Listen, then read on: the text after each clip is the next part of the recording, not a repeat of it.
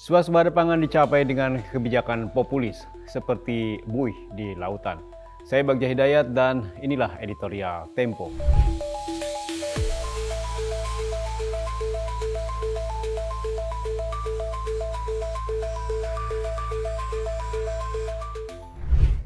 Buah jatuh tak jauh dari pohonnya. Menteri bergaya meniru presidennya. Amran Sulaiman mempraktikkan apa yang dilakukan Prabowo Subianto dalam membuat kebijakan dengan bertolak dari cara pandang yang sama. Lewat berbagai klaim swasembada pangan, ia memimpin Kementerian Pertanian secara populis. Dengan dalih berpihak kepada petani, Amran mengusulkan kepada Prabowo agar membuat kebijakan yang mewajibkan Badan Urusan Logistik atau Bulog menyerap semua gabah petani. Prabowo setuju dan menerbitkan instruksi Presiden nomor 6 tahun 2025 pada Maret lalu. Bulog pun membeli semua gabah petani N-Equality dengan satu harga Rp6.500 per kilogram. Sepintas, kebijakan ini menjamin gabah petani terserap sekaligus menambah cadangan beras sebagai simbol swasembada pangan. Menurut Organisasi Pangan dan Pertanian Perserikatan Bangsa-Bangsa, sebuah negara disebut mencapai swasembada jika 90% kebutuhan pangannya dipenuhi dari produksi dalam negeri. Meski tak pernah terdengar ada intensifikasi atau panen raya masif,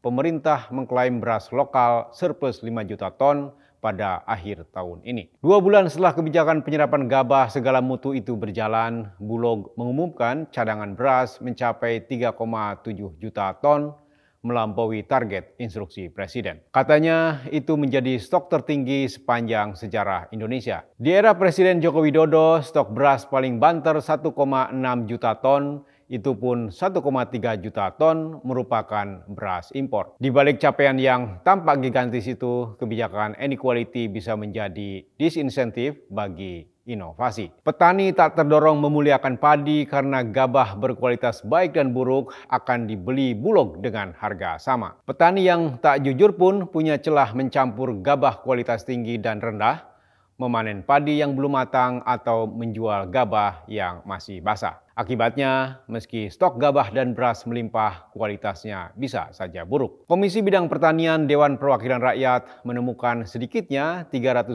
ton beras rusak di gudang Bulog. Dalam hitungan Ombudsman Republik Indonesia, potensi kerugian negara akibat beras rusak mencapai 4 triliun rupiah. Ini belum termasuk potensi kerugian dari penurunan berat beras setelah penggilingan akibat gabah buruk yang ditaksir mencapai 3 triliun rupiah. Jika memasukkan biaya penyimpanan, potensi kerugian akibat kebijakan N-Equality makin membengkak. Bulog telah mendapat anggaran 5 triliun rupiah untuk membangun 100 gudang baru, melengkapi 1.555 unit gudang yang sudah ada. Selain itu, masih ada biaya untuk mencegah kerusakan agar pemerintah bisa mempertahankan klaim cadangan beras tertinggi. Kebijakan penyerapan gabah N-Equality juga membuat publik kehilangan pilihan mendapatkan beras berkualitas premium. Apalagi demi menjaga angka stok beras, Bulog menahan penyalurannya sehingga beras langka di pasar. Pengusaha pun enggan menjualnya karena khawatir dituduh mengoplos dan mencampur beras utuh dengan beras patah,